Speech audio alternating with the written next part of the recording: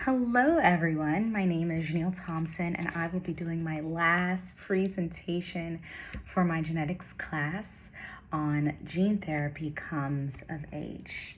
I'll be summarizing the article for you guys. So, back in the 1970s, scientists had this grand idea, right? If a disease was caused by a broken gene, why not fix the gene itself? That is how gene therapy came about.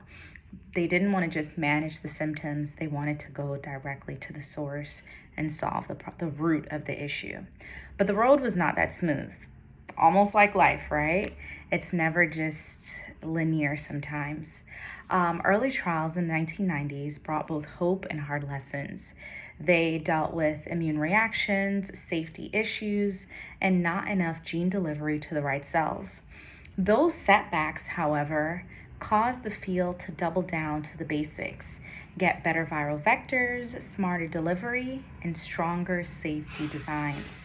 By 2018, when Dunbar and colleagues wrote, Gene Therapy Comes of Age in Science, the story had well shifted, okay? Decades of persistence finally started to translate into real clinical wins. The authors walk through the breakthroughs that changed the game. They came up with better delivery tools, such as AAV vectors for in vivo delivery to organs like the retina and liver, lentiviral vectors to modify stem cells and T cells, ex vivo with safer self-inactivating designs. People who suffered from inherited blindness, like RPE65, the AAV to the retina improved functional vision. If someone suffered from hemophilia, the liver-directed AAV pushed factor levels up enough to cut bleeding and reduce or even stop infusions. Immunodeficiencies and metabolic disorders, the lentiviral corrections in the stem cells led to durable clinical improvements. For cancer, where the CAR or T cells they engineered to target CD19 produced dramatic, sometimes long-lasting responses in leukemias and lymphomas strong enough, which helped to gain FDA approval in 2018. The next wave was genome editing. Tools like ZFNs, Talons, CRISPR-Cas9, which we learned about in class, opened precise options, adding knockout or correcting genes, either in the cells inside the body, or they were able to also target them directly to the tissue.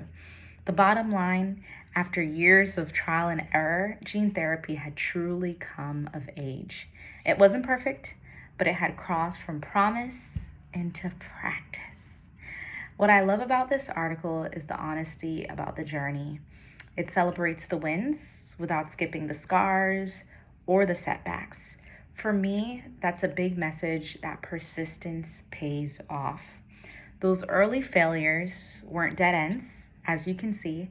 They were the blueprints for safer vectors, smarter dosing, and better trial design. I think the paper matters because it connects the why to the who. This isn't just a cool tech that took place. This stimulated real results.